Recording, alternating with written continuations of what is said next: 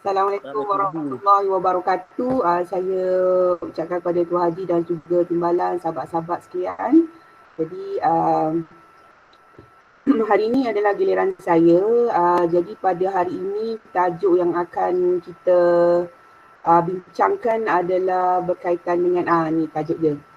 Baiklah, untuk pengetahuan semua, so mulai hari ini kami Sektor Psikologi dan Kaunseling akan mengambil masa 10 minit sahaja. Jadi kami namakan slot kami ini adalah 10 minit bersama kaunselor. Dan tajuk hari ini yang saya pilih adalah komunikasi XX dan XY berbeza. Okey. So XX tu adalah untuk perempuan dan XY adalah untuk lelaki. Jadi hari ini kita akan bincangkan apakah perbezaan antara kedua-duanya. Okey, silakan Dik. Okey. Hari ini kita akan bercakap tentang beberapa contoh, iaitu tentang cara komunikasi lelaki dan wanita atau lelaki dan perempuan. Boleh kita sama-sama faham sama ada kita dengan isteri, dengan anak perempuan atau kita sesama rakan sekerja di PPD ini. Okey, yang pertama, apabila lelaki bercakap, lelaki ni bila dia bercakap, dia akan cakap perkara yang penting-penting sahaja. Dia tak suka menonyeh-nonyeh, dia cakap benda yang besar, yang holistik, okey. Dan apa benda yang dicakapkan oleh lelaki ni biasanya bersifat untuk decision making lah. Jadi kita sebagai orang perempuan, sekiranya kita tengok lelaki kurang bercakap, suami kurang bercakap, boyfriend kurang bercakap, kawan lelaki kita, rakan sekerja lelaki di pejabat kurang bercakap, maksudnya bukanlah dia tak caknakan kita ya. Kurang bercakap maksudnya kita sebagai isteri janganlah rasa suami tak sayang kita rasa dia kurang beri perhatian kat kita. Kalau kita tengok kat rumah, lelaki dia akan buat benda-benda bersifat fizikal, dia beli barang, buat kerja rumah. Kalau di pejabat, kita tengok kawan-kawan lelaki kita, dia banyak buat kerja-kerja yang melibatkan teknikal ya, dia kurang bercakap sebab dia hanya bercakap benda-benda yang penting sahaja. Ada benda yang berewang macam itulah. Okey, kalau perempuan bercakap pula macam mana? Silakan Syita. Okey, kalau perempuan bercakap, perempuan ni dia memang seorang yang ekspresif ya, dia memang suka menuahkan. Dan inilah salah satu cara wanita untuk menunjukkan cara dia menunjukkan sayang dia kepada pasangan dia lah. Jadi lelaki di sini saya ingin mencadangkan jadilah pendengar yang baik. So kalau perempuan berkongsi sesuatu, janganlah respon ala benda simple je, ala kecil je tu, janganlah risau sangat ya, kerana apa yang perempuan harapkan adalah mendengar. Jadi mendengar ini adalah mendengar bukan dengan telinga tapi dengan badan. Jadi saya berkongsi satu istilah kaunseling dinamakan parafrasa. So contoh, katakanlah kawan perempuan kita sekerja cakap, Keisha lah hari ni saya penat lah, hari ni saya bengang lah dengan seorang cikgu tu, contoh.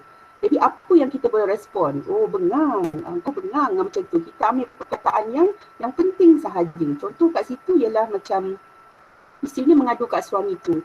Abang sayang tension lah hari ni. So suami kata, sayang tension, macam tu. Okay? Buat sedikit nodding, pandang mata dia. So isteri akan rasa dihargai dan diambil berat. Okay, seterusnya yang ketiga.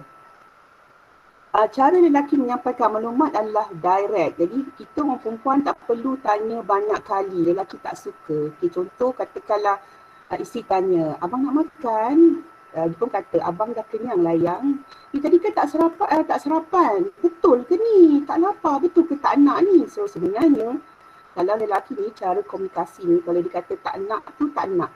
Tapi kalau dia kata nak tu, dia nak lah. So jangan tanya banyak kali. Okay? So bagaimana pula perempuan menyampaikan maklumat?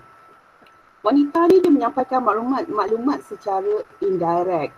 Jadi lelaki kena memahami maksud sebenar. Jangan terus percaya respon yang diberikan oleh isteri ataupun rakan kerja kita, rakan perempuan. Contohnya, isteri cakap macam best dia. Ataupun abang duduk kat rumah ni, lelong emas ni asyik lalu je lelong Rosita emas dekat Facebook. Ada offer lah emas sekarang ni. Lepas tu suami kata, sayang nak ke? Dia kata, tak nak lah, emas kan mahal. Kita kan nak pakai duit sebenarnya. Dia nak emas tu. Itu contohnya ya. Jadi maksudnya, wanita memang biasanya tidak cakap secara direct. Okey, seterusnya Syita. Okey, kalau kita tengok bagaimana lelaki itu menyampaikan secara komunikasinya bila dia kecewa. Okey, lelaki bila dia kecewa, dia akan diam. Dia akan berada dalam boundary dia. Dia akan berada dalam dia punya satu kawasan ataupun dunia dia. Kat sini digunakan istilah dua. Maksudnya, dia akan menyendiri, dia diam. Dan dia rasa macam seolah-olah berada dalam short vacation kalau dia tulis kat sini ya. Jadi kita sebagai wanita, kita kena bagi masa untuk mereka diam seketika. Kalau dalam sesi kaunseling, kita namakan istilah kesenyapan. Bila kita deal dengan klien, kadang-kadang klien tu jenis agresif, dia akan cakap dan cakap tak berhenti. Tapi ada klien bila dia cakap, tiba-tiba dia diam. Okey, kami pernah mengendalikan klien yang diam selama 30 minit. So kita teman dia diam, senyap 30 minit.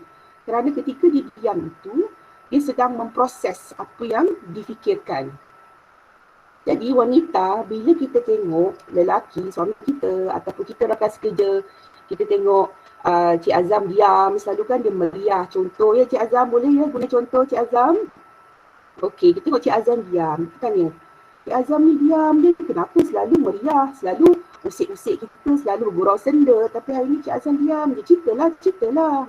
Mesti ada apa-apa. So kita macam mendesak. Jadi perkara macam itu tidak berapa disenangi oleh lelaki. Jadi apa yang kita kena buat? So kalau kita sebagai seorang isteri, bila kita melihat suami kita kecewa, contohnya, dia mengharapkan dia dapat sesuatu daripada bos dia, tapi dia tak dapat, dia kecewa. Atau dia kecewa dengan kawan dia, okey, dan sebagainya. Jadi kita ni buat perkara-perkara yang boleh menenangkan hati dia. Bawa air daripada kita duduk desak tangis, jadi kita buat sesuatu yang boleh dibuatkan dia rasa gembira. Jadi jangan sesekali kita push dan bercakap kecuali dia memulakan komunikasi tersebut. Okey. So, bagaimana pula kalau wanita kecewa? Wanita ni bila dia kecewa, memang dia akan bercakap. Sebab kalau kita tengok dekat Facebook, dekat Insta, kat mana-mana perempuan ada kecenderungan untuk meluahkan rasa kecewa.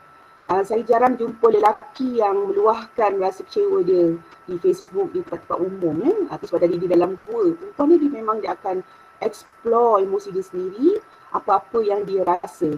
Jadi lelaki kena dengar. Kalau isteri cerita, kena dengar. Dengar dengan penuh perhatian. Jangan dengar sambil main handphone. That's why kalau dalam bahasa badan memberi impak 55% dalam komunikasi. Okey, jadi masa ni kita pandang dia, kalau dalam gambar ada kan, yang sebelah sana tu siap sangap lagi. Yang bawah tu ada contact, ada eye contact. Okey, itulah mendengar secara bersungguh-sungguh dengan empati. Kalau isi cerita, saya dengar kawan saya sedar, kita pun ikut. Maknanya mirroring. Kalau dalam NLP, kita buat mirroring. Kalau kawan kita muka sedih, kita pun berempati. Macam tu ya. Okey, seterusnya. Okey, itu adalah cara-cara bagaimana lelaki dan wanita berkomunikasi, perbezaannya.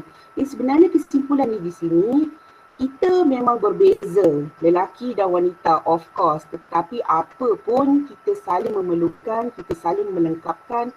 Cuba bayangkan di Batang Padang ni hanya lelaki sahaja bekerja. Atau perempuan saja bekerja, sungguh tidak berseri.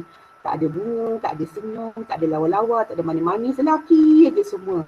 So kalau perempuan ni pun sama juga, tak ada orang yang nampak gagah, perkasa, lambang aura, kegagahan, keperwiraan tu tak ada.